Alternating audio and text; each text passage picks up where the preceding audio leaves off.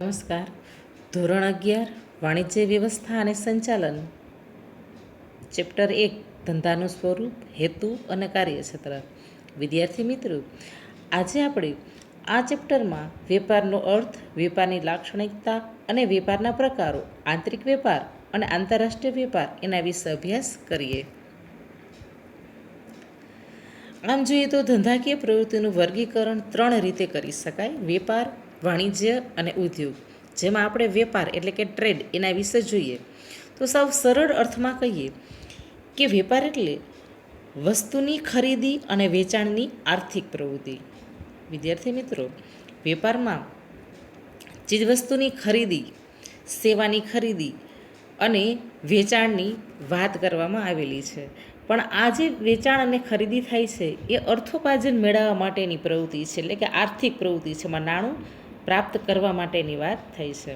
એટલે નફાના હેતુથી બે વ્યક્તિઓ વચ્ચે વસ્તુ કે સેવાના બદલામાં વસ્તુ કે સેવાનો વિનિમય અથવા નાણાંના બદલામાં વસ્તુ કે સેવાનો વિનિમય એટલે વેપાર.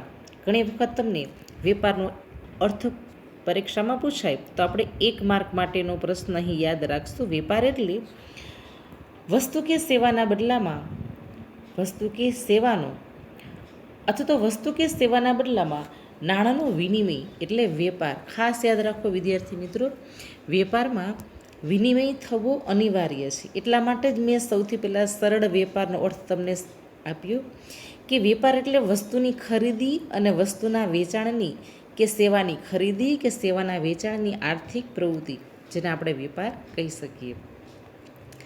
જેમ કે તમે દુકાનદાર પાસેથી પુસ્તક ખરીદો એટલે તમે પુસ્તકની સામે તેને નાણાં ચૂકવો છો. આ વાત થઈ વસ્તુના બદલામાં નાણાંનો વિનિમય. વિનિમય એટલે લેવડ દેવડ, અદલા બદલી. જેમ કે તમે દુકાનદારને નાણાં ચૂકવ્યા તો દુકાનદારે તમને પુસ્તક આપ્યું, તો આ વિનિમય થયો વસ્તુનો. વસ્તુ એટલે પુસ્તક અને નાણાં એટલે તમે એને જે કેશ ચૂકવો છો એ વિનિમય થયો. તમે બસની કે રેલવેની ટિકિટ ખરીદો અને બસમાં અથવા તો રેલવેમાં મુસાફરી કરો તો તમે એમ કહેશો કે અમે સેવાની સામે નાણાંનો વિનિમય કર્યો. એનો મતલબ એવો થયો કે નાણાં તમે આપ્યા, એના બદલામાં તમે બસની અથવા તો રેલવેની છે એ સેવા ખરીદી. આ વાત થઈ વેપારના અર્થની. વેપારની લાક્ષણિકતા વિશે જોઈએ તો વેપાર એ એક આર્થિક પ્રવૃત્તિ છે. વિદ્યાર્થી મિત્રો, આપણે આગળ જ વાત કરી ગયા. આર્થિક પ્રવૃત્તિ એટલે અર્થોપાર્જન કરવાની પ્રવૃત્તિ, નાણું મેળવવાની પ્રવૃત્તિ. તો સ્વાભાવિક છે કે વેપારમાં નાણું કમાવાની વાત છે, નાણું મેળવવાની વાત છે. એટલે વેપાર છે એ આર્થિક પ્રવૃત્તિ છે. બીજું લક્ષણ જોઈએ તો વેપારમાં 2 પક્ષકાર હોવા જોઈએ. એક તો ખરીદનાર અને બીજો વેચનાર. એક પક્ષકાર ક્યારેય એકલો વ્યક્તિ છે એની વચ્ચે વેપાર શક્ય બને નહીં. વેપારમાં ઓછામાં ઓછા 2 પક્ષકારો હોવા જોઈએ. ત્રીજી લાક્ષણિકતા જોઈએ, વેપાર માટે વિનિમય અનિવાર્ય છે. વિનિમય એટલે લેવડ દેવડ.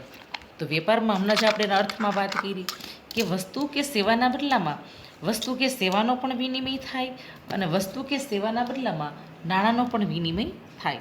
આમ વેપારમાં વિનિમય છે એ જરૂરી છે. જો વિનિમય ન થાય તો એને વેપાર કહી શકાય નહીં. ચોથી લાક્ષણિકતા, વેપારથી વસ્તુ કે સેવાની માલિકીની ફેરબદલી થાય.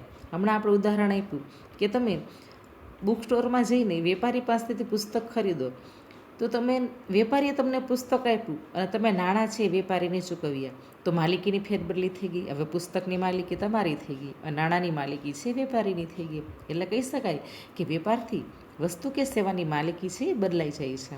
પાંચમી લાક્ષણિકતા, વસ્તુના અવેજમાં નાણાં કે વસ્તુની ચૂકવણી થાય. વસ્તુનો અવેજ એટલે બદલો, એટલે કે વસ્તુ તમે ખરીદો એના બદલામાં નાણાંની ચૂકવણી છે એ કરવામાં આવે, જેમાં તમને પુસ્તકના ઉદાહરણ દ્વારા સમજાવ્યું તે. છઠ્ઠી લાક્ષણિકતા, વેપાર એ સતત ચાલતી પ્રવૃત્તિ છે. વિદ્યાર્થી મિત્રો, તમે એક વખત કંઈ એવી પ્રવૃત્તિ કરો તો એને વેપાર ન કહી શકાય. પણ જેમ કે દુકાનદાર છે એ માત્ર એક જ વખત જો પોતે પુસ્તકો વેચી દે તો એ વેપાર ન કહે, પરંતુ એ દુકાનદાર છે એ સતત આવી પ્રવૃત્તિ કરે છે કે પુસ્તકો મોટા જથ્થામાં ખરીદી આવે છે, પછી નાના જથ્થામાં જે વિદ્યાર્થીઓ માગે કે જે કોઈ છૂટક વેપારી માગે તો તેને આપે છે. આમ એની પ્રવૃત્તિ ખરીદી અને વેચાણની સતત ચાલુ છે. જો તમે એક વખત માત્ર આવી પ્રવૃત્તિ કરો તો એને વેપાર કહી શકાય નહીં. એટલા માટે વેપાર એ સતત ચાલતી પ્રવૃત્તિ છે. 7મી લાક્ષણિકતા, વસ્તુ કે સેવાનું મૂલ્ય નાણાંમાં નક્કી થાય છે. વેપારની અંદર વસ્તુ કે સેવા એનું મૂલ્ય છે એ નાણાંના માપમાં આપણે માપી શકીએ.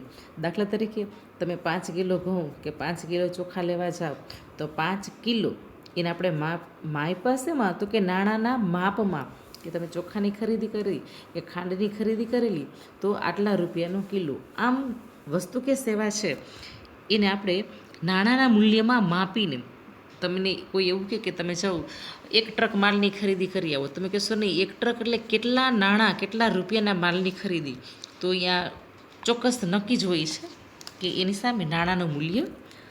ત્યાર પછી 8મી લાક્ષણિકતા, વેપાર એ કાયદેસરની પ્રવૃત્તિ છે. બિનકાયદેસરની કોઈ પ્રવૃત્તિ છે ને વેપાર કહી શકાય નહીં. જેમ કે ગુજરાતમાં દારૂબંધી છે તો ગુજરાતમાં દારૂનો કોઈ વેપાર કરી શકે નહીં, પરંતુ વેપારની અંદર જે કંઈ પ્રવૃત્તિ થાય એ કાયદાની રૂએ નિયમોને આધીન થતી હોય તો એ જ પ્રવૃત્તિ એ વેપાર ગણાવી શકાય.